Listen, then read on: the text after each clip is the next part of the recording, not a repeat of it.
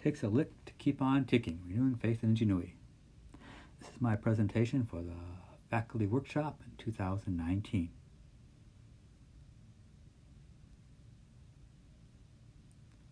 So, back when I was younger, I remember some commercials about Timex, where they have a watch that takes a licking and keeps on ticking. Here's an example of that. Especially set up in our studio in order to make possible this live demonstration. We've attached my Timex directly to the propeller blade, as you see here. Now we'll submerge it in the tank. And all right, let's go.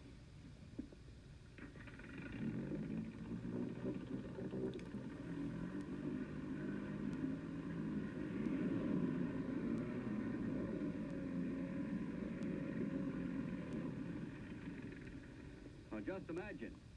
The Timex watch on that propeller, let's lift her out, has been flashed through the water on that blade to the tune of 4,500 revolutions per minute.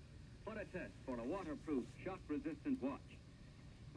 It was such a test that it threw the watch off in the tank, and I'm very sorry about that, lady.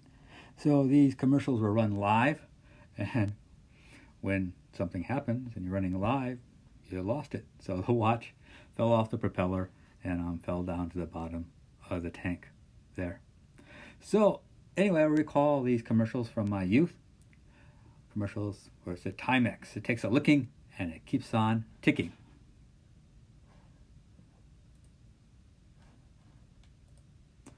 Another thing I recall from my younger days is the old tagline for LeTourneau University.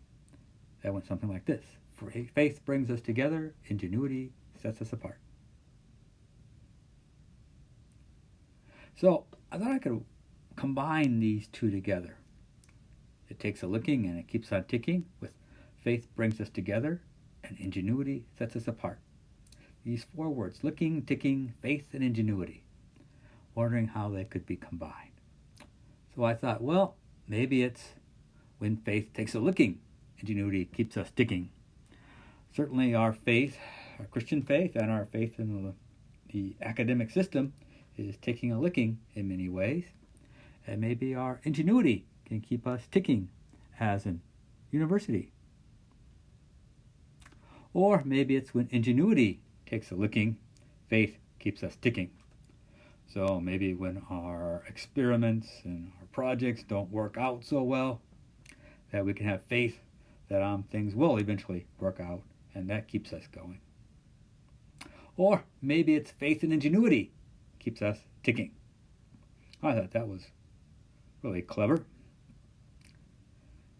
But I shared it with one of my colleagues down the hall, and he told us, no, that is just wrong. It's not faith and ingenuity that keeps us ticking.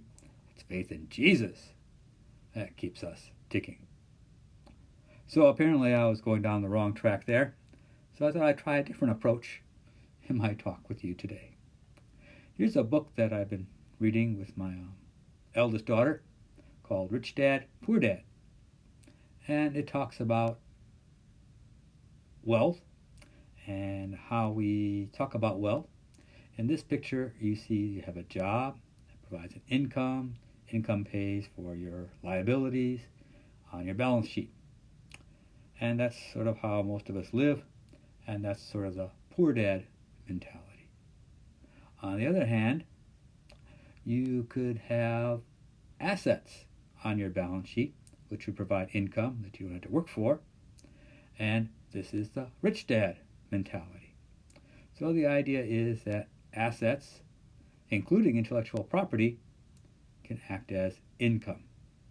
So for a tuition-driven university such as LeTourneau, it might behoove us to try to develop our assets, and those include intellectual property. Now, there may be some George Washington Carvers out there who don't want to claim their work for themselves, but want to give it out to the public for the public good. And like George Washington Carver, you don't want to patent anything, you just want to publish it. However, there are other inventors out there, other chemists, and here's Percy Julian, famous chemist, who did patent things, and he patented lots of things, hundreds of patents, I believe, and he also did a lot of good for the world. So both of these are approaches to intellectual property, and depending on what that stuff is, what you're developing, the decision on whether to give it to the public or to claim it as your own and use capitalistic investment to distribute that to the larger population, both of those are paths that could be followed. Now, you might ask, well, which way would we go here at LeTourneau? And for that, you might ask R.G. LeTourneau, who, of course, had hundreds of patents himself, and therefore tips this balance over to the side of patenting. But maybe that's not fair to, use the founder to make my point. So let's take a different approach here. Here's a image of LeTourneau campus and the neighborhood directly north of it here.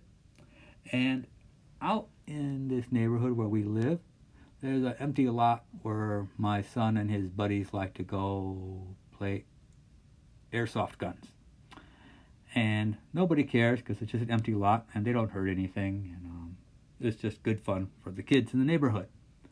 And so that might be considered an open access sort of resource there for everybody in the neighborhood to use. Nobody's excluded from using that property, and it's just open to all the kids in the neighborhood to use as sort of a playground. On the other hand, here's a survey of our property over here around the corner, and this survey is pretty clear as to what the boundaries of the property are, and we use this survey to claim our property and exclude other people from walking across our lawn or building something in our backyard or doing something like that.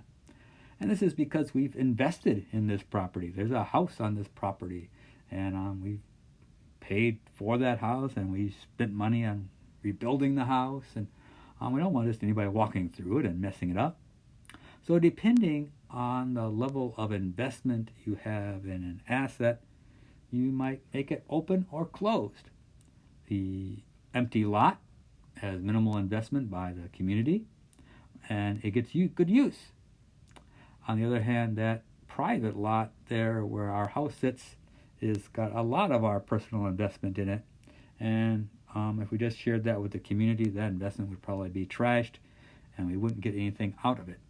So some things we can have open access to, and some things we want to exclude others from the use of that particular property. Likewise, with intellectual property. And to give this a biblical flavor, here we can look at the parable of the talents, as it's called. And note that in this particular version, the RSV, the talents are called property. For it will be as when a man going on a journey called his servants and entrusted to them his property. So God gives us property, intellectual property, as well as real estate or other types of property. And so perhaps then we could go back and revisit my earlier playings around there with the words, and we could say that LeTourneau's faith in God-given ingenuity property keeps us ticking. So maybe this sanctifies my earlier faith in ingenuity, and that it's a God-given ingenuity property that keeps us ticking.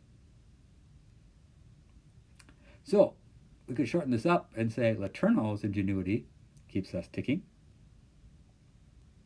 Or we could sort of formalize this concept and make it a LeTourneau's ingenuity center keeps us ticking. And so this led to the birth of the LeTourneau Ingenuity Center. Now, before any of you get too excited and think that this is going to drain the university general funds, let me say that there is no money being used to build a center. That this center is only something in my mind, and has no physical building and no physical liabilities. So, what does this center look like? Well, the center looks like this idea. It looks like this. Step 1 calls for invention disclosures from our faculty, which are incentivized by a $200 reward for submitting a complete invention disclosure. And I'll be talking to the schools about this. You guys. I'm calling for invention disclosures from you guys.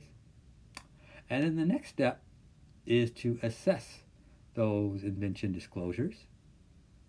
And we'll assess them for the novelty of the invention. Is it something that could be patentable? Is it also something that's marketable?